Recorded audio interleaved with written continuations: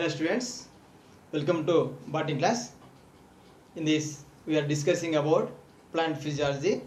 Under that, yesterday we are discussed about structure of stomata and types of stomata.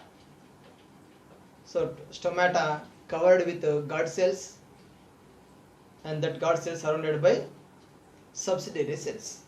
In dicot plants, guard cells are bean shape, and monocot plants, those are dumbbell shape. And two types of stomata are there: photoactive stomata and scotoactive stomata. So photoactive stomata, they are open during daytime and closed at night. But in some plants like xerophytic plants, in those plants stomata are open during night time and it closed at daytime. Open night time, daytime they are closed.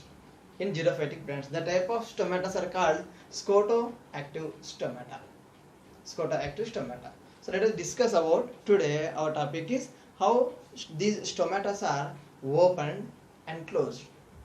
So according Levitt, a scientist, he explained opening and closing mechanism through K plus pump theory. K plus pump theory explained by Levitt. K plus pump theory proposed by Levitt. According Levitt,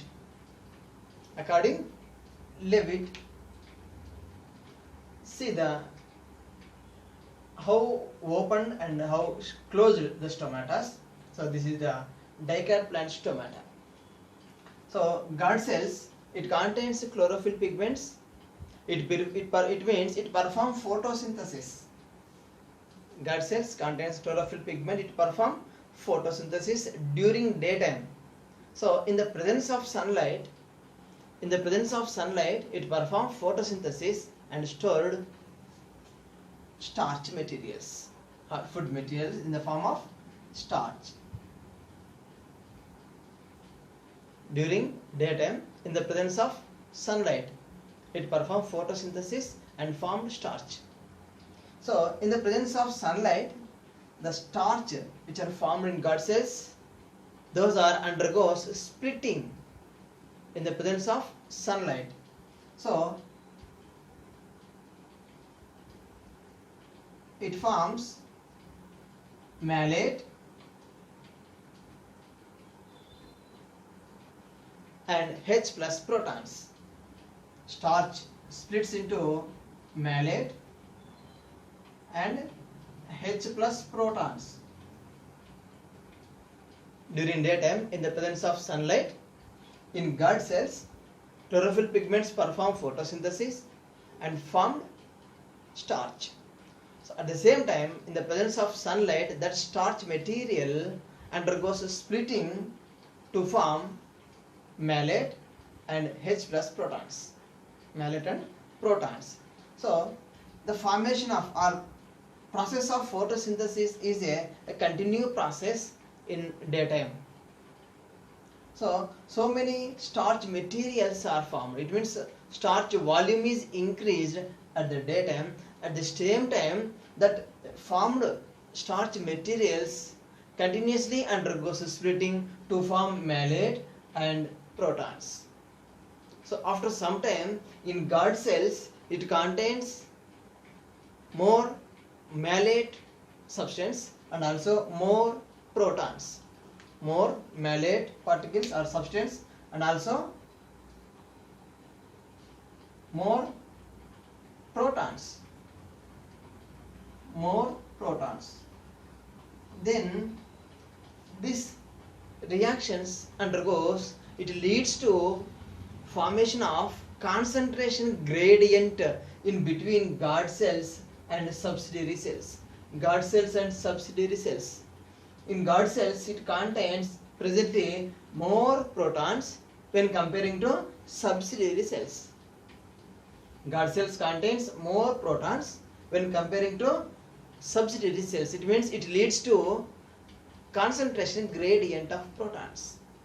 Then according our rule, molecules always transfer from high concentration region to low concentration region, so that the protons efflux means moves out from guard cells to subsidiary cells, from guard cells to subsidiary cells. So how they move? Based on the concentration gradient. Concentration gradient is formed in between guard cells and subsidiary cells. Then protons are moves from guard cells to subsidiary cells. That is called efflux of protons. Efflux means moves out. Then couple of protons are efflux from guard cells to subsidiary cells. Then to maintain equilibrium state, to maintain equal balance, K plus moves into guard cells along with Cl minus, that is chlorine.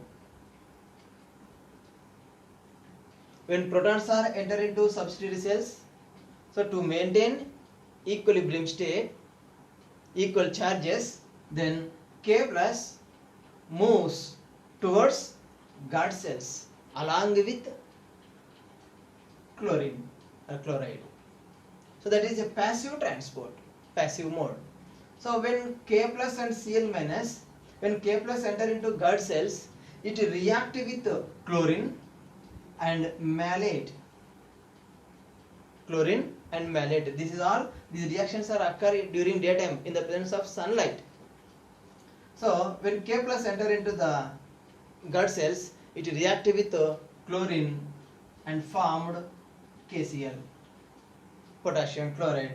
And also K plus, the potassium combines with malate and formed potassium malate. These two are chemical substances formed in guard cells. Right? So starch splits into malate and protons. The protons concentration gradient is formed in between guard cells and subsidiary cells. Then protons moved or efflux towards subsidiary cells. That movement of protons leads to increase of pH in guard cells. When protons are moved towards subsidiary cells, it means in guard cells pH is increases.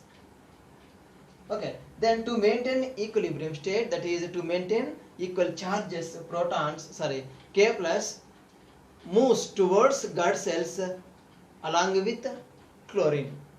That is a passive mode.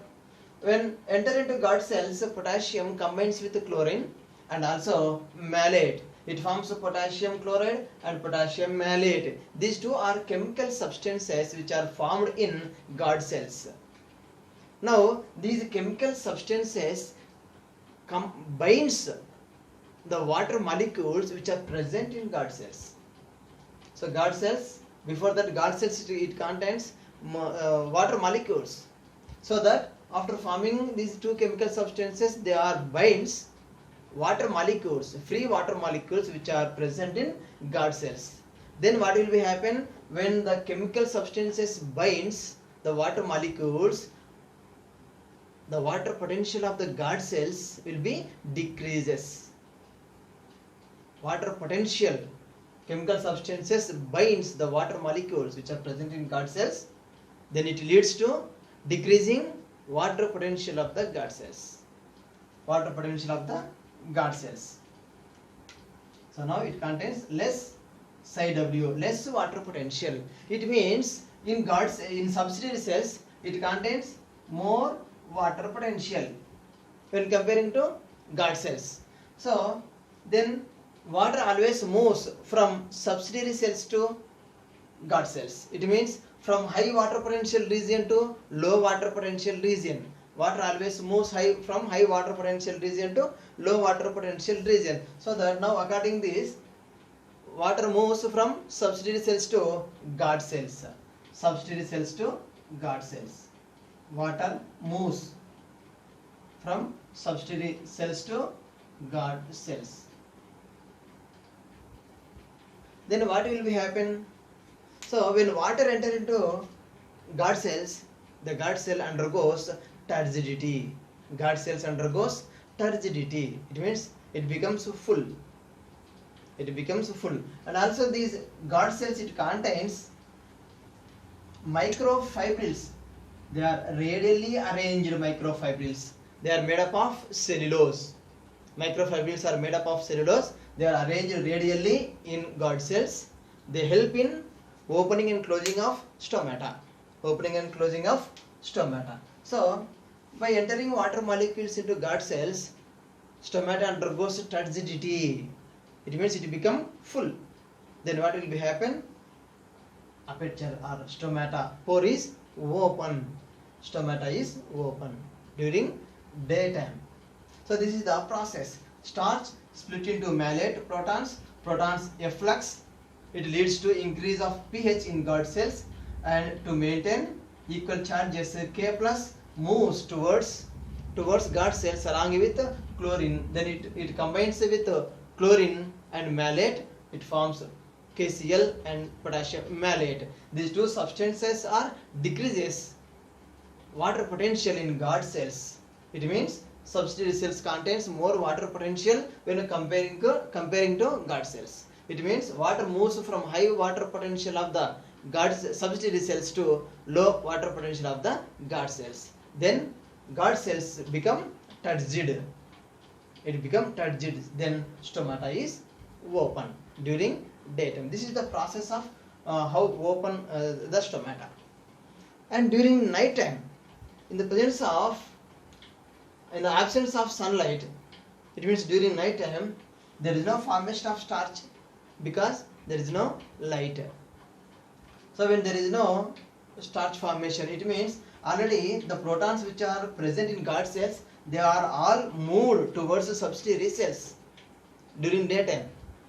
So when starch formation is stopped, then there is no protons in guard cells. So it means at the night time, subsidiary cells contains more protons. Why? Because there is no newly formed protons. Already the protons which are present in guard cell, they are moved towards subsidiary cells during daytime. So now during night time, subsidiary cells contains more protons. That then it means their protons concentration gradient is formed. That protons moves towards guard cells.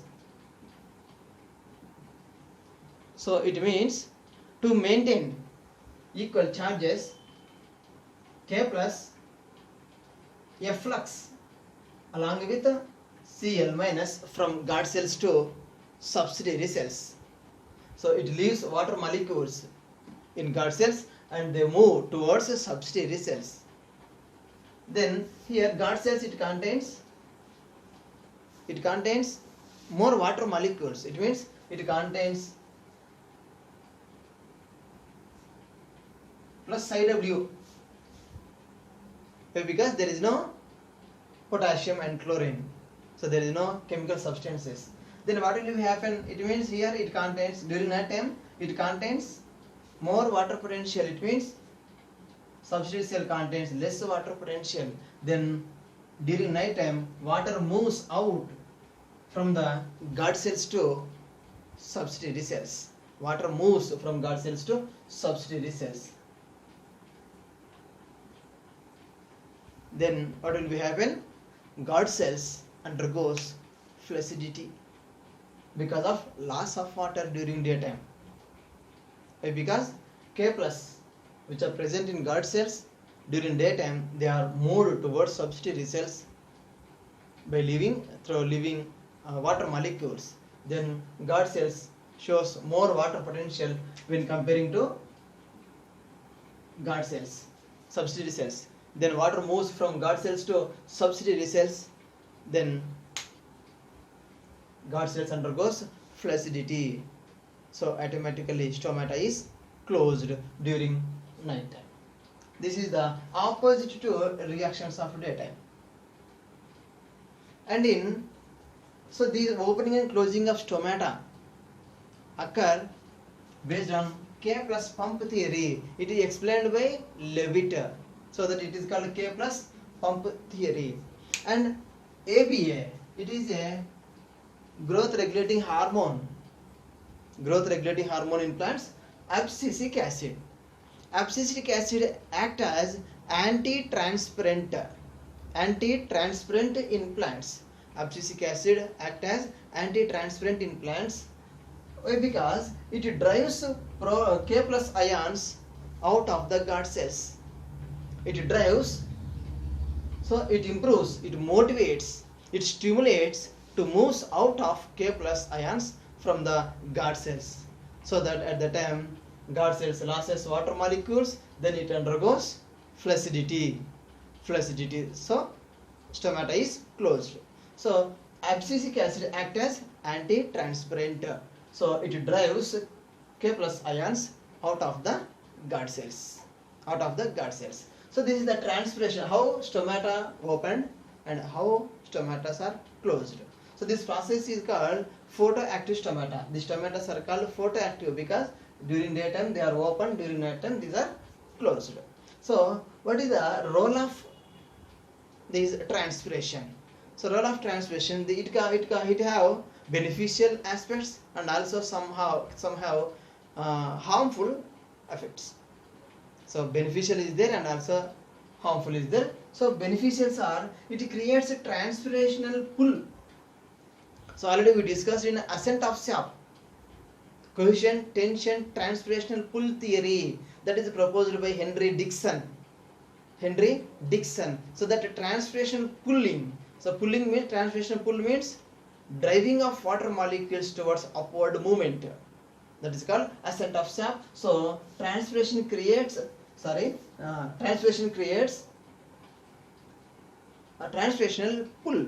It creates a transpirational pull, so that it transports minerals, water molecules, elements, whatever it require by plants. And also it gives cooling effect. It cools leaf surfaces from temperature. So approximately 10 to 15 degrees it controls. And it maintains the shape and structure of plant. Because when water enters into plant body, the cells undergoes turgid, so that it becomes a particular shape and structure. So maintains the shape and structure of the cells by keeping cells are turgid. So what are the harmful effects?